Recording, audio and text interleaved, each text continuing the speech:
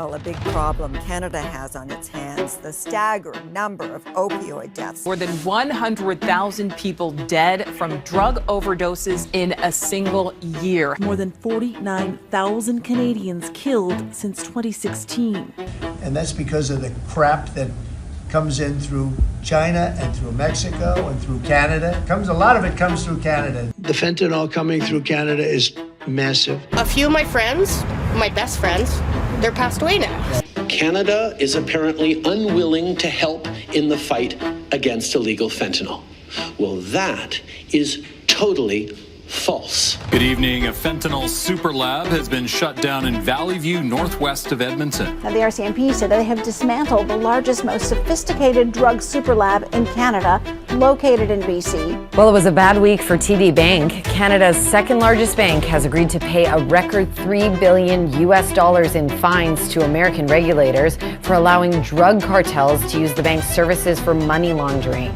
Even the excuse that he's giving for these Paris tariffs today of fentanyl is completely bogus. They failed miserably. Well, I'm currently standing less than 45 kilometers from the Canada-US border. We're in a small rural town in Niagara Township. And in August of 2023, Hamilton police busted a fentanyl super lab in this small farm property beside me. Cops call it Project Odeon, a joint operation between Toronto, York, and Hamilton Police along with OPP.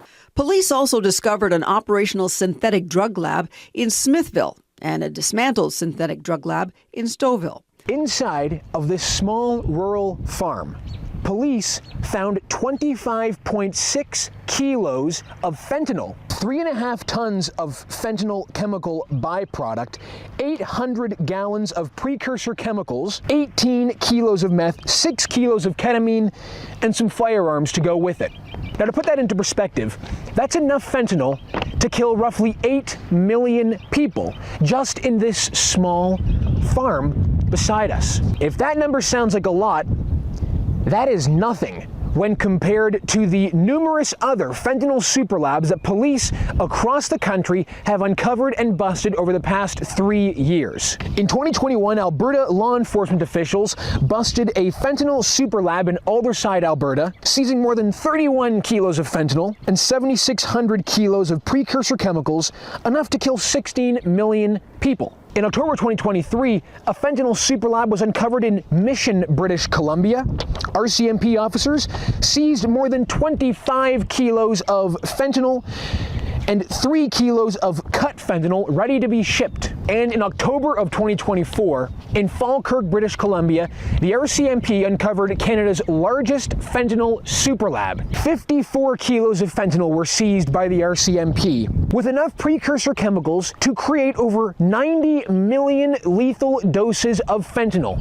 That's enough fentanyl to kill every person in Canada more than twice over. Now, the reason we are here is to try to get to the bottom of Canada's role in the fentanyl epidemic that is sweeping through our country and the United States. To what extent is Canada responsible for this crisis, and just how bad is it on Canadian people? At the very center of the ongoing trade war between Canada and the United States seems to be Canada's role as both a supplier and producer of fentanyl that is taking the lives of hundreds of thousands of Canadians and Americans. For the last 4 years, unfortunately, our neighbors to the north and the south, Canada and Mexico respectively, have allowed America to be a dumping ground, not just for illegal aliens, but for illegal, poisonous, deadly fentanyl, which is now the #1 killer of young people in this country aged 18 to 34. With respect to the specific tariffs that went in effect on Canada and Mexico,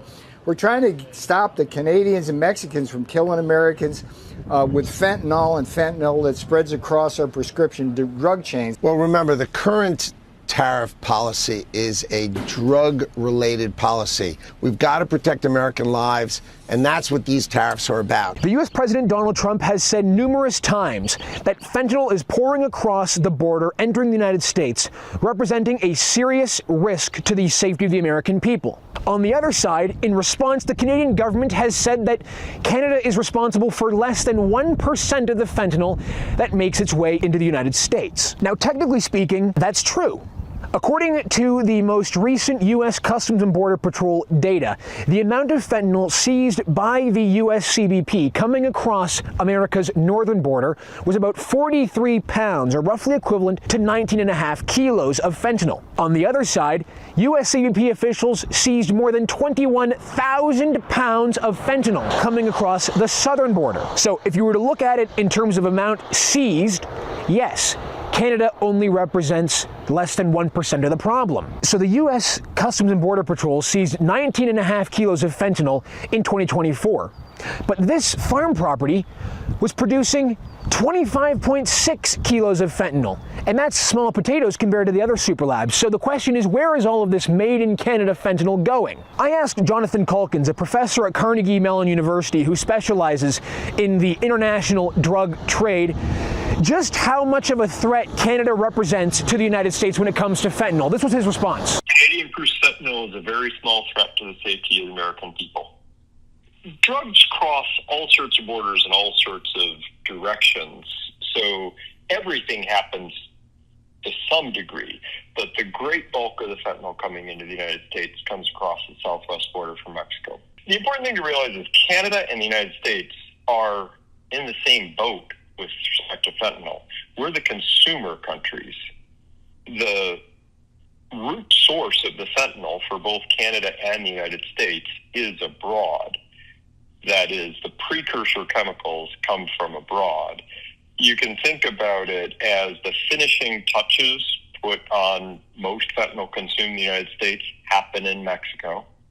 And Canada is different in that regard. Canada, so far as I understand it, imports precursors, and then the finishing touches happen inside Canadian borders. But that is a detail. The fundamental fact is both Canada and the United States are the countries where people are being killed by the fentanyl whose root source is outside of our two countries. Meanwhile, investigative reporter Sam Cooper tells me there's a lot more to the story than what is being presented by the Canadian government. There's a lot more to it. I mean, just starting with some data points, the 2024 U.S. State Department report says that Canada acknowledges it's a fentanyl export nation. Something like 98% of the precursors produced by British Columbia-based fentanyl organizations come from China.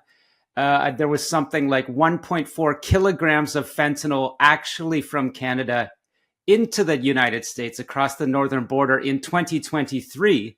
I believe that's up to, that's probably the latest figure. That's something like actually about 40 pounds. So I think it's up in 2024. But, my level of expertise goes, I think, beyond a lot of the experts in the United States and Canada. And the most recent information is that indeed Canada is producing large quantities of fentanyl in super labs, and it's due to the country's sort of weakness to transnational crime. But let's take a step back and assess the full severity of the fentanyl epidemic in both Canada and the United States. Now, between January 2016 and September 2024, more than 50,000 Canadians have died due to opioid overdoses. Now, again, to put that into perspective for you, that's more Canadians dying to opioid overdoses than in the entirety of World War II. And roughly 4 out of 5 opioid overdoses are a direct result of fentanyl. And sadly, the situation in the United States is a lot worse. In 2023, more than 100,000 Americans died to opioid overdose, 70% of which are directly the result of fentanyl. And a 2024 U.S. congressional report estimates that on average, 200 Americans die every single day directly because of fentanyl overdose. Here's Professor Calkins explaining why Canada and the U.S. in particular are so susceptible to the fentanyl epidemic. The United States and Canada created for ourselves large pools of people with opioid use disorder, first and foremost because of overprescribing of prescription opioids for treating chronic pain. Most of the rest of the world understood that prescription opioids are powerfully addicting when they're used long term. They're fine for treating acute pain. They're fine for people with terminal illness. They're fine when used inside a medical facility. Quite risky to give them to people with chronic pain and the expectation that they're going to use them for years. So the United States and Canada both made that error with respect to prescription opioids. So we both have large pools of people with opioid use disorder. Why only the U.S., Canadian, and Estonian markets switch to being fentanyl instead of heroin is a puzzle. Now, the problems in Canada when it comes to preventing and detecting fentanyl from entering the country and from being made in super labs, like what was happening in this farm property behind me, are severe. Take a listen to what the president of the Canadian Border Services Union told Global News just a few months ago. Can you talk to us a little bit about what the ability of the CBSA is to seize and investigate, in particular, drugs in Canada when they're coming in? Yeah, I mean, we do have good intelligence. We work very hard at it. Again, it's simply a matter of more. We need more people. We need more equipment. We search less than 1% of what comes into Canada. Modes like rail. Less than 1%. Rail, we don't do at all. We don't look at whatsoever. We don't know what comes in via train. Again, we don't have the infrastructure. Wow. We don't have the people to actually do that work. That's right. Canada searches less than 1% of what comes into our country. How can that possibly be allowed? Well, in response to the tariff action by the United States, the Canadian government took action on the border. In December, the Canadian government announced a over $1 billion investment over 6 years to strengthen the border. This included enhancing aerial defense measures, adding drones, adding more border agents, and increasing the number of dogs to detect what's happening. They also created the role of a fentanyl czar, Kevin Brasso, a longtime RCMP officer and former national security advisor to Justin Trudeau. On top of that, the Canadian government listed 7 Mexican drug cartels as terrorist organizations. Well, the former director of the RCMP's National Proceeds of Crime Unit, Gary Clement, doesn't think Canada's response is going to be enough to solve this crisis. We got to look at what the gaps are. That's one gap. And that was just placating the United States. That's all that did.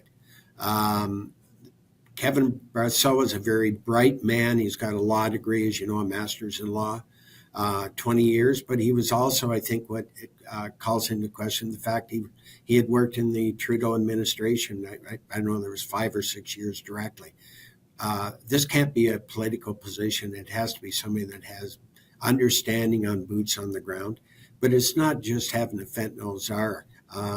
It's got to be beyond that. We need a Homeland Security czar where we look at all of the issues. Border security, as I said, is just one. But that also means, are we going to look at the ports where we, abdicated our responsibility, law enforcement did and the government did. So organized crime moved in and we have no sight line on any of the ports right now. So, are we going to get this under control? No, not until we fix the gaps. But again, the problem in Canada goes even deeper, and it implicates Canada's banks. Well, it was a bad week for TD Bank. Canada's second largest bank has agreed to pay a record $3 billion in fines to American regulators for allowing drug cartels to use the bank's services for money laundering. Last year, TD Bank became the largest bank in U.S. history to plead guilty to Bank Secrecy Act violations, and the first bank in U.S. history to plead guilty to conspiracy to commit money laundering. I believe the problem of Canada's weakness in its banking sector could be, from Washington's point of view, and in fact, I'm conversant with officials in Washington at this very instant that are looking at these issues. The TD Bank case is just one. Harrison, my work for the Bureau has focused on a FinTrack 2023 report that studied 50,000 transactions run through these diaspora-based underground banking networks. They evolved from casino money laundering that I exposed on Canada's West Coast into wire transfers directly from China and Hong Kong into fronted or money-muled so-called bank accounts in the Canadian major banks. And this was a study tied to fentanyl trafficking in North America. And so this was entirely consistent with the TD Bank case. And Harrison, I reported for the Bureau that a former Trump administration senior investigator, David Asher, said, he told me very fulsomely that the U.S. government that investigated the TD Bank case, they were tracking phone calls that they saw as, quote, command control of the money laundering structure located in Toronto, run by the highest levels of Chinese triads. In one instance, the U.S. Justice Department alleges that TD Bank was directly involved with helping to launder money for a fentanyl trafficking organization. Now, is there really any evidence to prove that Canadian fentanyl is making its way into the U.S. beyond what the U.S. Customs and Border Patrol agents are able to seize? Because once fentanyl is in the market, it's very hard to determine whether it came from Canada or from Mexico. But there is evidence to suggest that Canadian-made fentanyl is making its way across the world and into markets like Australia. So who are the groups behind the fentanyl super labs that we're seeing springing up across the country? Well, according to Justin Trudeau's former national security advisor, Jody Thomas, she told Global News that Mexican drug cartels are, quote, very prevalent in Canada. The problems are moving north. The gun problem is moving north. The fentanyl problem exists here. And I would say that 10, 15, 20 years ago, we would not have used the word cartel with regard to activity in Canada, but it's very prevalent now. It's becoming a problem, and we have an opportunity here to get a grip on it before it becomes a national crisis. Now, according to Sam Cooper, Chinese organized crime groups are heavily involved in these super labs and in the distribution of fentanyl across the world. This is especially Mexican cartels, Chinese triads, and an entity that I haven't reported much on, but the most recent sourcing is important, Iranian state-sponsored crime. This also works with Indian diaspora-based crime groups, which have significant control in Canadian transportation networks.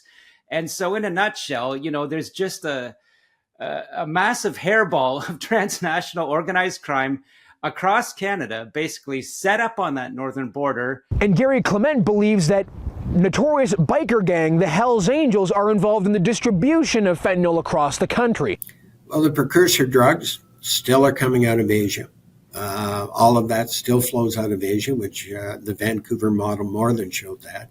They're going into, you've got the Sinaloa cartel out of Mexico that's also moved into Canada and North America.